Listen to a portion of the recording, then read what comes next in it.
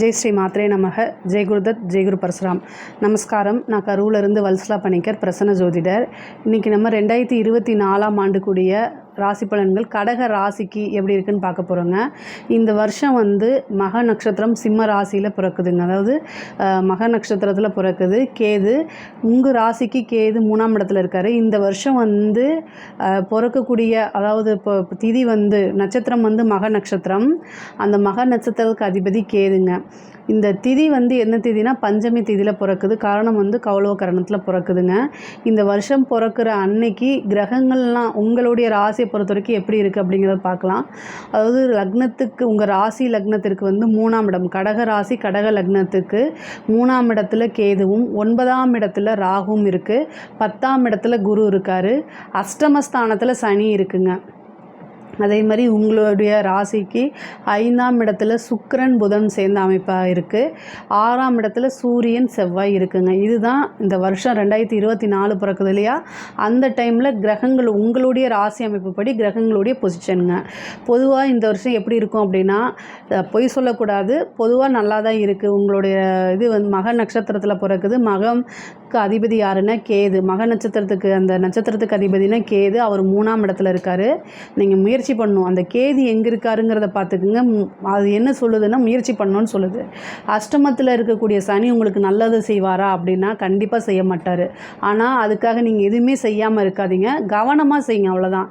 கடக ராசியை பொறுத்த வரைக்கும் ஒரு விஷயத்தை நீங்கள் கவனமாக செஞ்சுட்டாலே முடிஞ்சிருச்சு.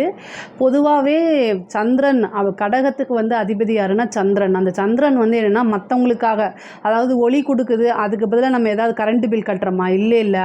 பொதுவாக எதிர்பார்க்காத பலன்கள், அதாவது நீங்கள் ஒருத்தங்களுக்கு அன்பு செலுத்தினாலும் சரி, உதவி செய்தனாலும் பிரதிபலன் பார்க்காம செய்வீங்க.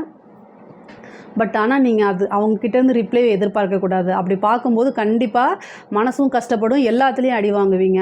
இந்த சனி அஷ்டமத்தில் இருக்கும்போது என்ன பிரச்சனையாகும் அப்படின்னா, மன ரீதியாக நிறையா காயப்படுத்துகிற மாதிரி உங்களுக்கு அமைப்புகள்லாம் ஏற்படுத்தும். அதாவது நீங்கள் யாரை நம்புகிறீங்களோ அவங்க தான் உங்களுக்கு ஆப்பிடிச்சிட்டு போவாங்க. இந்த சனி ஏதாவது கடகராசியை பொறுத்த வரைக்கும் பொதுவாகவே இந்த வருஷம் சனினால் அதிக பாதிப்புகள் இருக்குது. குரு அப்படிங்கிறவர் ரொம்ப நல்ல பொசிஷனில் இருக்கார். இப்போ 10ஆம் இடத்துல இருக்கார். உங்களுக்கு ஏப்ரலுக்கு அப்புறம் 11ஆம் இடத்துக்கு வராருங்க. 11ஆம் இடம்ங்கிறது லாபம். அதாவது கடக ராசியை பொறுத்த வரைக்கும் நிறைய பேர் என்னென்னா கஷ்டப்படுறீங்க, புலம்புறீங்க, கண்ணீர் விடுறீங்க, அஷ்டமத்து சனி இதை எல்லாமே சொல்கிறீங்க. ஆனால் நான் ஒரே ஒரு கொஷின் தான் உங்கள்கிட்ட கேட்குறேன். ராகு நல்லா இருக்கார், கேது நல்லா இருக்கார், குருவும் நல்லா இருக்கார். இந்த சனி மட்டும் ரொம்ப கஷ்டப்படுத்துதுன்னு அதை மட்டும் ஃபோக்கஸ் பண்ணாதீங்க. அதாவது சனி உங்களுக்கு கஷ்டப்படுத்த தான் செய்யும். சனி மூலிமா நல்லதை எதிர்பார்க்கவே முடியாது. ஆனால் குரு நல்ல பொசிஷனில் இருக்கார், ராகு சூப்பரான பொசிஷனில் இருக்கார். ஸோ அந்த விஷயத்தை நீங்கள் ஃபோக்கஸ் பண்ணுங்கன்னு சொல்கிறேன். அதாவது உங்களுக்கு தீராத கஷ்டங்கள் அவமானங்கள் வரும்போது அதே நேரத்தில் நீங்கள் எப்படி ஹேண்டில் பண்ணுறீங்க, அந்த விஷயத்தை நீங்கள் எப்படி ஹேண்டில் பண்ணுறீங்கிறத வச்சு புகழோடைய உச்சிக்கு, புகழ் ஸ்தானம் என்னது 9ஆம் இடம், ராகு 9ஆம் இடத்துல இருக்கார். அப்போ புகழோடைய உச்சிக்கு உங்களை கூட்டிகிட்டு போக போகுது. அப்போது ஒரு கஷ்டம் வரும்போது அந்த கஷ்டத்தை எப்படி ஹேண்டில் பண்ணுறீங்கிறது உங்களோட கையில் தானே இருக்குங்க. அதே மாதிரி குரு எங்கே இருக்கார்? 11ஆம் இடத்துக்கு வரப்போகிறாரு ஏப்ரலுக்கு அப்புறம். இப்போ 10ஆம் இடத்துல இருக்கார். அப்போது 11ஆம் இடம்ங்கிறது என்னங்க, குபேரஸ்தானத்துக்கு ஒப்பான இடம், நல்ல லாபம். அப்போது நீங்கள் உங்களுக்கு யார் கஷ்டப்படுறாங்க, மற்ற ஏமாத்துறது, இந்த விஷயங்கள் எல்லாமே ஒரு மூட்டையில் கட்டி ஓரமாக எடுத்து வச்சுட்டு, நான் இப்போ எனக்கு லாபம் சம்பாதிக்கணும், என்னுடைய பேரை வச்சு நான் சம்பாதிக்கணும், என்னுடைய பேரை வச்சு நான் அடுத்த லெவலுக்கு போகணும் அப்படிங்கிறதுல கான்சன்ட்ரேட் பண்ணுங்கள், போதுமானது. இப்போ 2ஆம் இடத்தை சனி பார்க்குறாரு. அப்படிங்கும்போது பிஸ்னஸில் நீங்கள் பண்ணிகிட்ருக்கீங்க, பிஸ்னஸ் ரீதியாக யாருக்கும் கமிட்மெண்ட் அப்படிங்கிறத கொடுக்காதீங்க. பிஸ்னஸ்க்கு நீங்கள் கடன் வாங்குறது சகஜம்தான். யார் அதாவது எப்பேற்பட்ட ஆளுனாலும் பெரிய ஒரு கம்பெனி அவங்களே வாடகை கொடுக்க முடியாமல் நடுரோட்டுக்கு நிற்கக்கூடிய ஒரு சூழ்நிலையில் இன்றைக்கி லெவலில் இருக்கிறாங்க. அப்போ நம்மளாம் ஒரு சாதாரண ஆட்களில் ஏமாத்திரம் பார்த்துக்கணும். அதனால் பிஸ்னஸ் பண்ணுறவங்களுக்கு எப்போவுமே ஏற்றம் இறக்கம் அப்படிங்கிறது சகஜமான ஒன்று தான். ஸோ அதை நீங்கள் நினச்சிட்டு உங்களுடைய முயற்சிகளை நீங்கள் கைவிட்டக்கூடாது. இந்த பிஸ்னஸ் பண்ணுறவங்களுக்கு இது சூப்பரான வருஷம். ஏன்னா 11ல் குரு வரப்போது. குரு உங்களுக்கு 9ஆம் அதிபதி 6 கூடை வருங்க.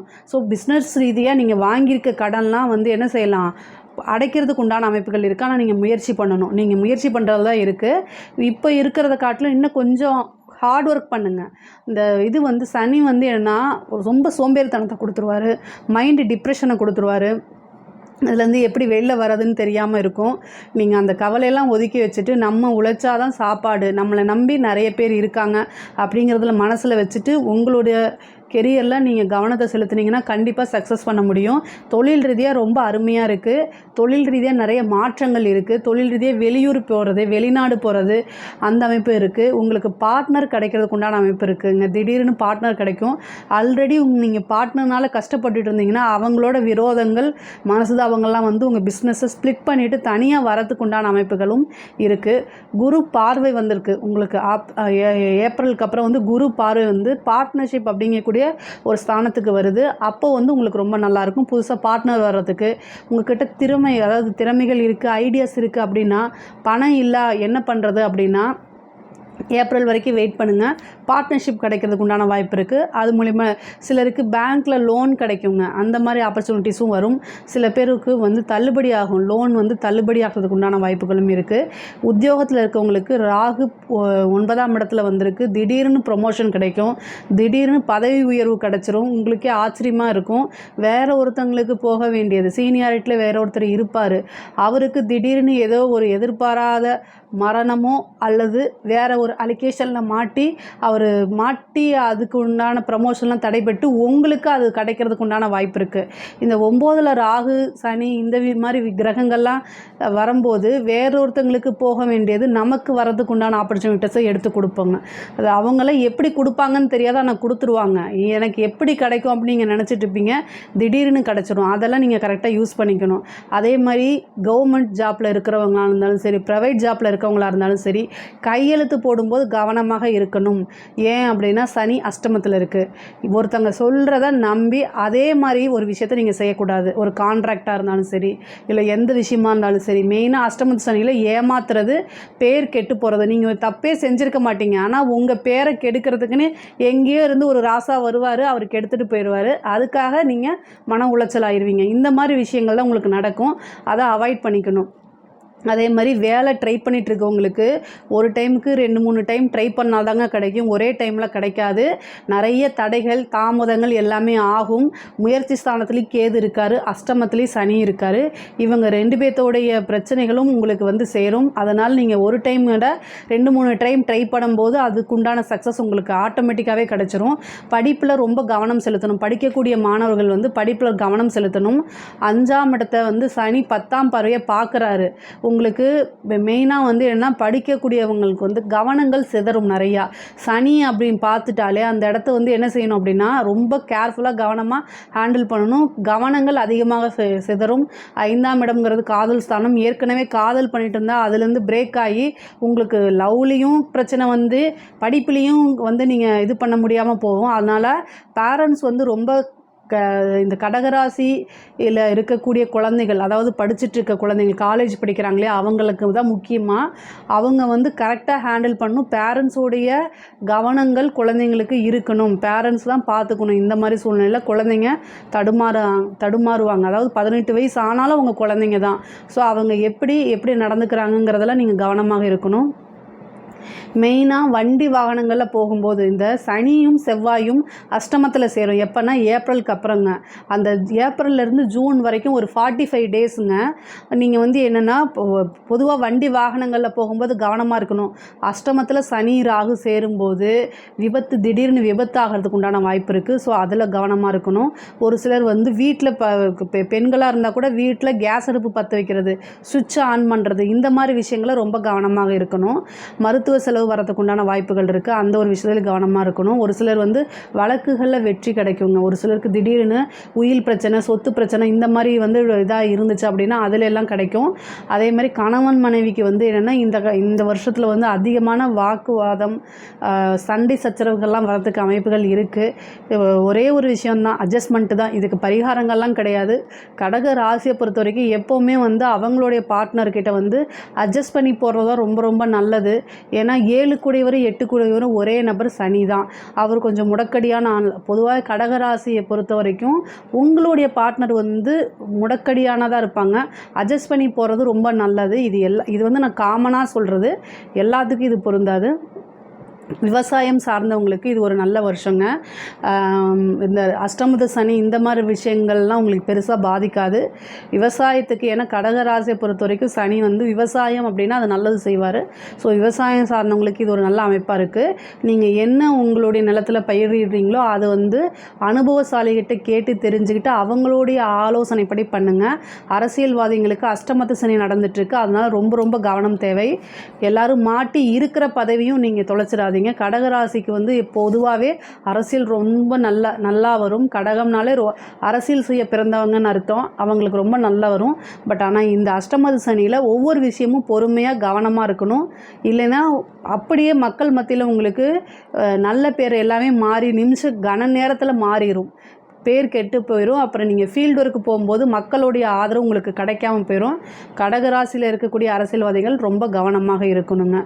பெண்களை பொறுத்த வரைக்கும் கவனம்தான். அதே தான் அஷ்டமத்து சனி பேரண்ட்ஸோட சப்போர்ட்டோ அல்லது உங்களுடைய ஃபேமிலியில் இருக்கவங்களோட சப்போர்ட்டோ வந்து கிடைக்காது. ஏன்னா 2ஆம் இடத்தை சனி பார்க்குது. இந்த காலகட்டத்தில் ஒரே ஒரு விஷயம், பொறுமையாக போகிறது, மெடிடேஷன் பண்ணுறது, இதுதான் பெண்களுக்கு மிகப்பெரிய பரிகாரம். பெண்களுக்கு ஆனால் அப்படி உங்களுக்கு இருக்காது. உங்களுக்கு அந்த பொறுமையாக போனால் கூட இந்த சனியோடைய பார்வை வந்து பொறுமை அப்படிங்கிற அந்த தன்மையை எடுத்துடும். அதே மாதிரி நீங்கள் என்ன நினைக்கிறீங்களோ அது எல்லாத்தையுமே பேசிடுவீங்க. இந்த காலகட்டத்தில் பேசாமல் இருக்கிறதா மிகப்பெரிய பரிகாரம். எனக்கு வந்து நிறைய பேர் கடகராசி அஷ்டமத சனி ரொம்ப கேட்குறாங்க. அவங்களுக்கு என்ன பரிகாரம் நான் சொல்கிறேன் அப்படின்னா, பேசாமல் இருங்கங்கிறதான் சொல்கிறேன். பேசாமல் ஒரு இடத்த அமைதியாக மூவ் ஆன் பண்ணி போகிறது, சைலன்ஸ் அப்படிங்கிறது ரொம்ப ரொம்ப பெரிய பரிகாரம். ஸோ அதை வந்து ஹேண்டில் பண்ணுங்கள். ஆனால் அந்த கிரகம் வந்து உங்களை விடாது. உங்களை வந்து என்னென்னா கோவத்தை தூண்டி விடும். அதுக்கு தகுந்த மாதிரியே ஃபேமிலியில் இருக்க நம்பர்ஸு, ஃப்ரெண்ட்ஸு, இப்போ நம்ம கூட இருக்க நம்பிக்கைக்குரியவங்க எல்லாருமே நம்மளை என்ன செய்வாங்க, பேசி பண்ணுவாங்க. ஆனால் நீங்கள் தான் அமைதியாக போகிறது நல்லது. அமைதியாக போனால் தான் உங்களுக்கு நல்ல உயர்வான வாழ்க்கை கிடைக்கும். இதை மட்டும் மனசில் வச்சுக்கோங்க. மற்றபடி பொதுவாக கலைத்துறை சார்ந்தவங்களுக்கும் சரி எல்லாத்துக்குமே இது ஒரு நல்ல வருஷமாக தான் இருக்குது. சனி ஒன்று தான் உங்களுக்கு நல்ல பொசிஷனில் இல்லை. மற்ற எல்லா கிரகமுமே நல்ல பொசிஷனில் இருக்குது. ராகு கேதுவும் சரிங்க, குருவும் சரி நல்ல பொசிஷனில் இருக்குது. மற்ற பிளானட்ஸில் மாதம் மாறும். அதனால் அதை நம்ம பெருசாக கணக்கில் எடுத்துக்க வேண்டாம். இந்த சனியோடைய பார்வை மட்டும்தான் உங்களுக்கு கொஞ்சம் பேடாக இருக்குது. மற்ற எல்லாமே ரொம்ப நல்லா இருக்குது. இந்த 2024 வந்து உங்களுக்கு ஒரு நல்ல சிறப்பான ஆண்டாக தான் இருக்குங்க. இந்த 2024 நீங்கள் முயற்சி பண்ணக்கூடிய எல்லா விஷயமுமே உங்களுக்கு சக்ஸஸாக ஆகணும்னு சொல்லி இறைவனோட உங்களோட சேர்ந்து நானும் பிரார்த்தனை பண்ணிக்கிறேன். நன்றி வணக்கம். நம்மளுடைய சேனலை லைக் பண்ணுங்கள், ஷேர் பண்ணுங்கள், சப்ஸ்கிரைப் பண்ணுங்கள். நன்றி வணக்கம். கடவுள் அருள் டிவியை பார்த்தமைக்க நன்றிகள். மேலும் இது போன்ற தகவல்களை தெரிந்து கொள்ள கடவுள் அருள் டிவியை சப்ஸ்கிரைப் செய்யுங்கள். மறக்காமல் பெல் ஐக்கானை கிளிக் செய்யுங்கள்.